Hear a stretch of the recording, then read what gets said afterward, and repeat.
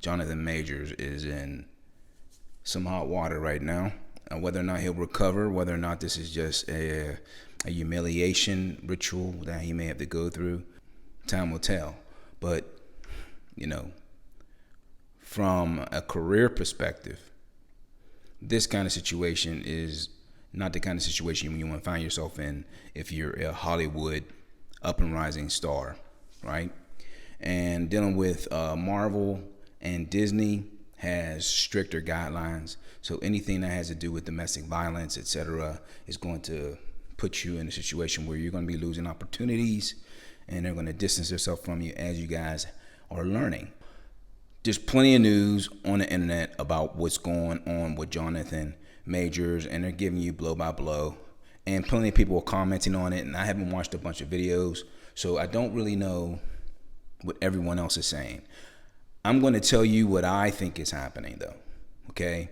I'm going to tell you the one thing that I think a lot of people may miss, and it's this one key piece that I really think is responsible for his girlfriend pushing the issue. Because let's just face it, guys, if you've been in any kind of long-term relationship, you know that with the average woman, you're going to run into a situation like this where jealousy is going to come into the picture, or on either side. Either you're going to get jealous or she's going to get jealous.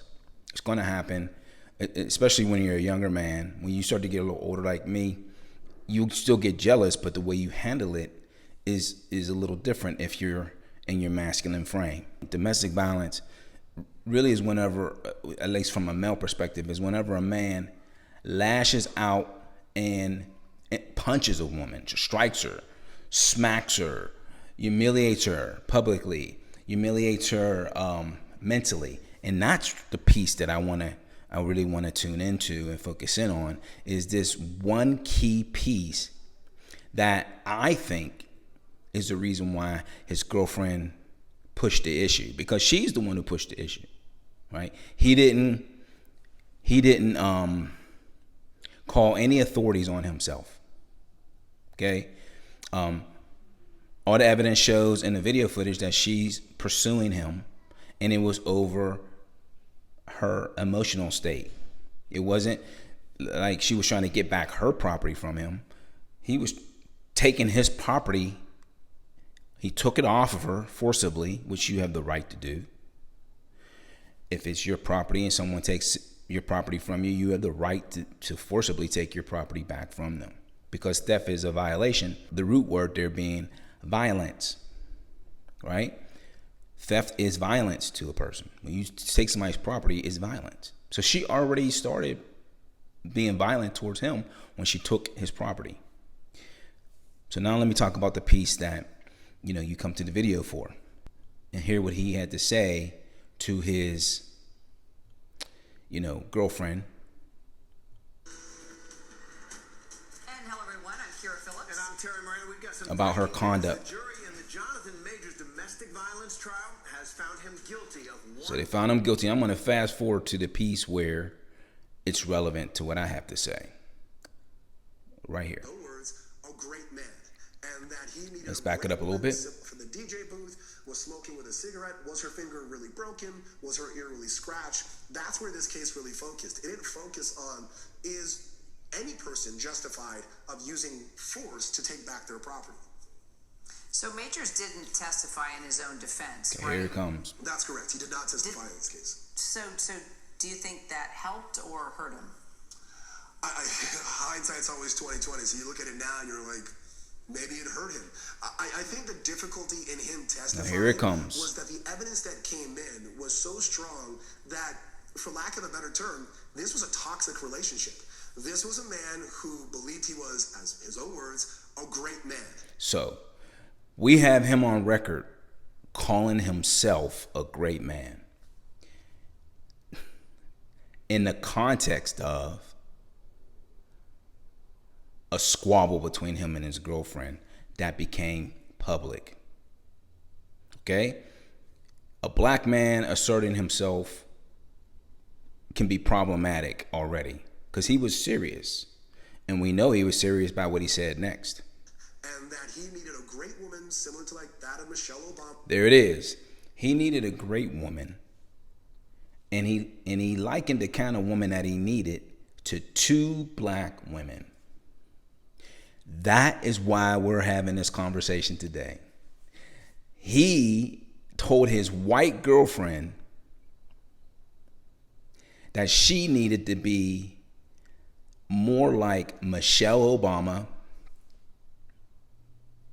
which whatever your opinion is of Michelle is, I mean, there's some opinions out there about Michelle, right? But he wanted his woman to be a stately woman like Michelle Obama and Martin Luther King's wife, Coretta Scott King, right? Or Coretta Scott King, and through the prosecution's eyes or their lens, was manipulating Grace Jabari to be someone else. There it is. The news is covering really what the case is all about. That's what the whole case is about, guys. Don't get it twisted, men and women who's watching this. If you're a black woman and you're watching this, imagine if you were dating a white guy.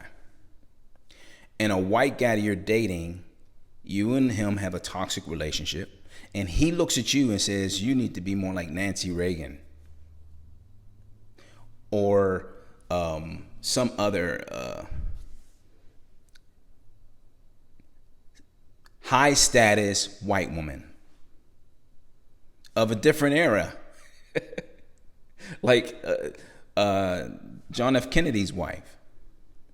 Like, how would that make you feel, black women, if your white boyfriend told you that your conduct is unbecoming, it's low life, and it's not acceptable because he's great and he needs to have you conduct yourself like great men's wives. Great men's wives. Now remember, Obama, he's mixed, but he's black because his father is black. Whatever your father is what you are. So Obama is black. Martin Luther King is black, or was black. And the reality is the references that he gave to his girlfriend could not compute. And that pissed her off. Not only did it piss her off, it pissed off her friends. It pissed off the police. It pissed off any white person